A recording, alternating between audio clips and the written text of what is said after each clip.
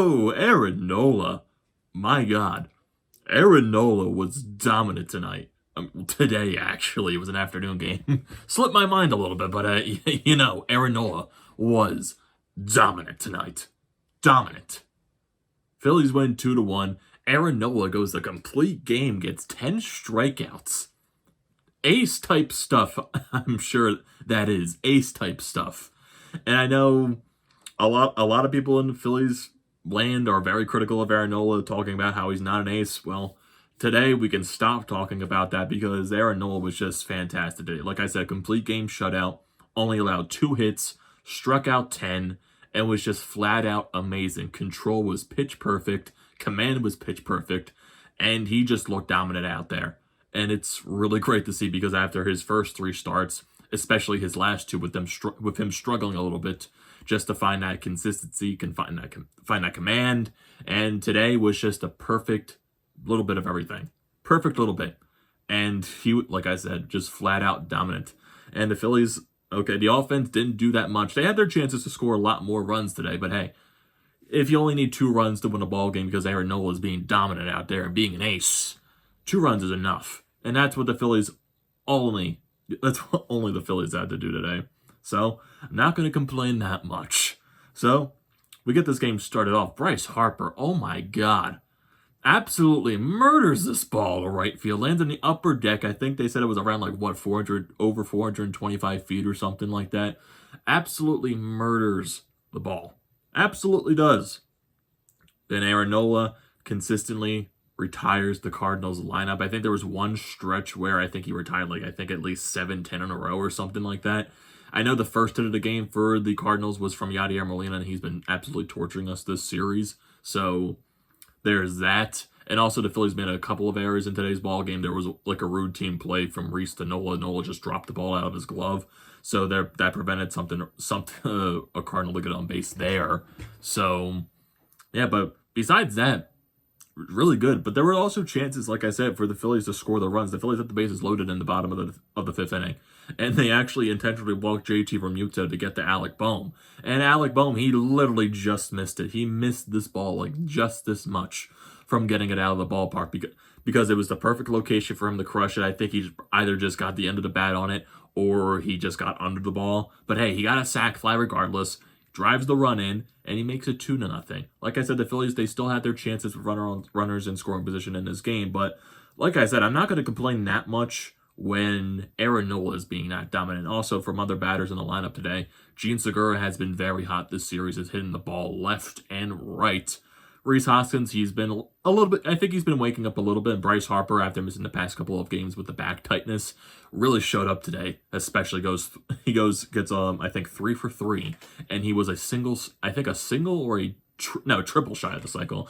I was about to say, if he was a single shy of the cycle, he probably would have gotten it, but he was a triple shy of the cycle, going with a home run, double, and a single in today's ball game.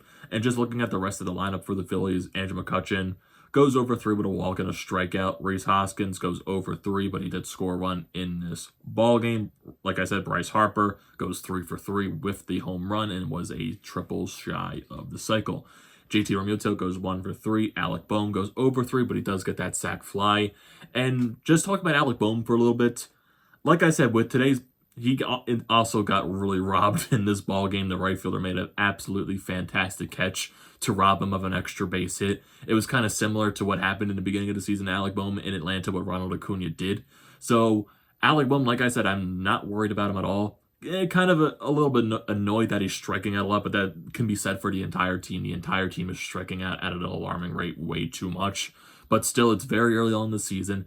Alec Bohm, he's been having instances where he's getting really unlucky, where he hits the ball insanely hard to a great spot in the field, but the outfielders make an insane catch, or he's just missing the pitch. So I feel like if he finds a way, if he gets that lucky bounce, if he gets that good hit, he's going to go on a roll. And like I said, it's really early on in the season. It's only, halfway through April. So Alec Bohm is eventually going to start to get heated up because I think from a game like this, for another player as well, Bryce Harper, he's been a little bit up and down to start the season, so he gets 3 hits in this ball game with that solo bomb.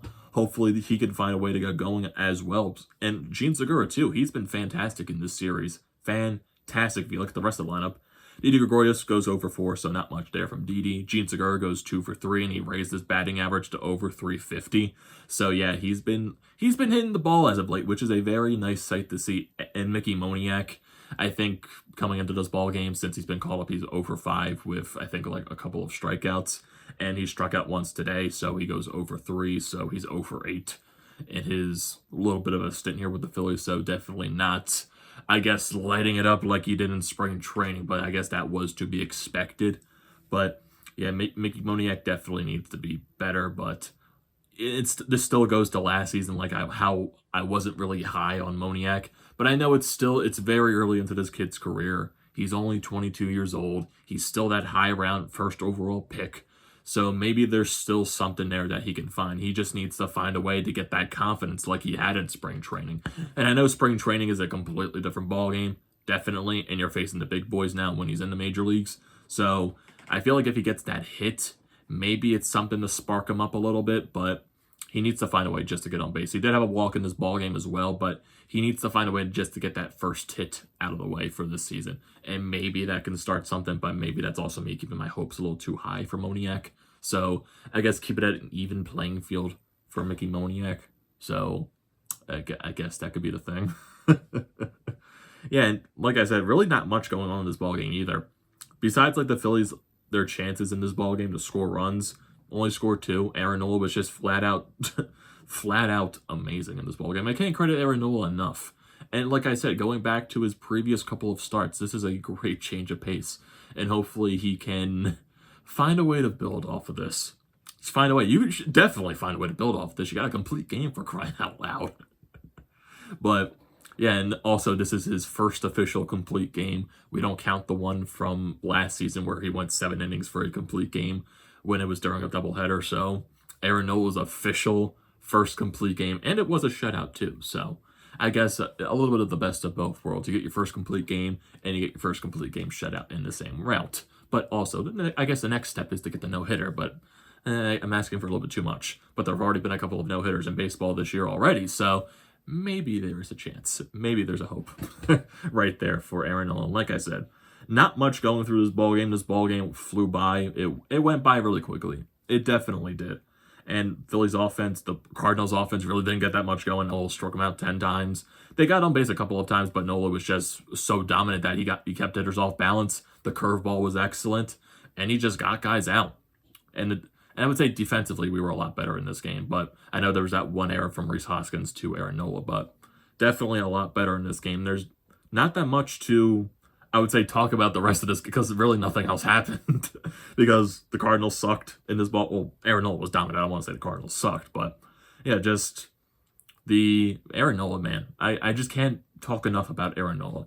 And from the Phillies standpoint, runners in scoring position, they were 1 for 5. So, like I said, they had their chances, but hey, 2 runs. Aaron Nola was dominant in today's game, so really not going to complain that much about the offense.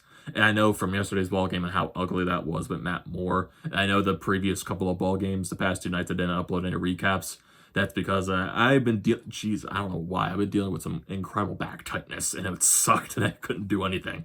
Still kind of feeling it today, but I'm at least able to do shit now. So, still feeling that bad. But yeah, I apologize for not uploading a couple of recaps the past few nights, but I got this recap out today, and we'll be doing the Flyers game later, hopefully.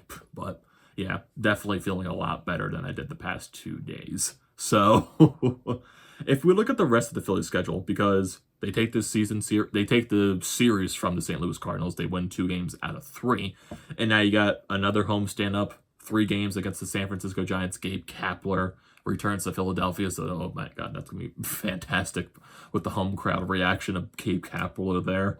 So yeah, I think the pitching matchup for this, because I thought Chase Anderson was supposed to go in today's ballgame. I guess they elected to go with Aaron Nola. So Chase Anderson, he's going to start tomorrow's ballgame to start off with the Giants, and he's going to go up against, if my thing wasn't acting weird, he's going to go up against Kevin Gausman. And then for Tuesday, it's going to be Zach Wheeler going up against Logan Webb. And then for Wednesday's matchup, it's going to be Zach Eflin versus Anthony Dischi. I don't know. I'm not even going to try to pronounce this. Dischiafani.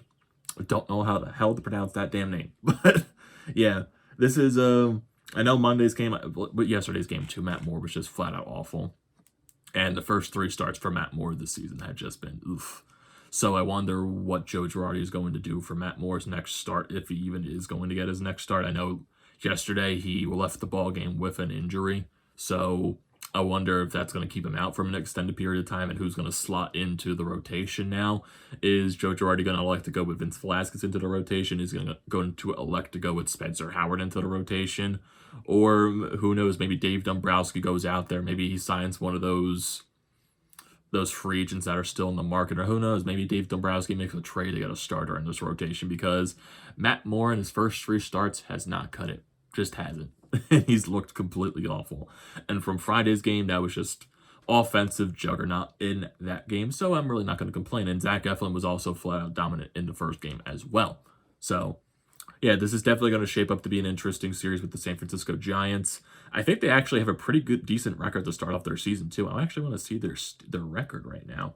Yeah, they're currently in second place in the National League West, 9-6, and they're currently on a 3-game winning streak. They just won their last game against the Miami Marlins. So, yeah, this is definitely going to be an interesting series. I would say the Phillies definitely are the better team than the Giants. I know with Gabe Kapler's team, we've experienced this with the Phillies too. His teams notoriously get off to hot starts to start the season, and then they'll start to eventually come back down to earth. So I think the Giants, they're just getting that effect from, okay, it's the beginning of the season. We're going to try to showcase that we could do some damage in this division, but then they'll eventually come back down to earth. So I think this is going to be I wouldn't say a overly difficult series, but still, I guess it's a nice change of pace so that we're not facing the NL East for once, so we're facing a different opponent for the first time in a while in the Giants.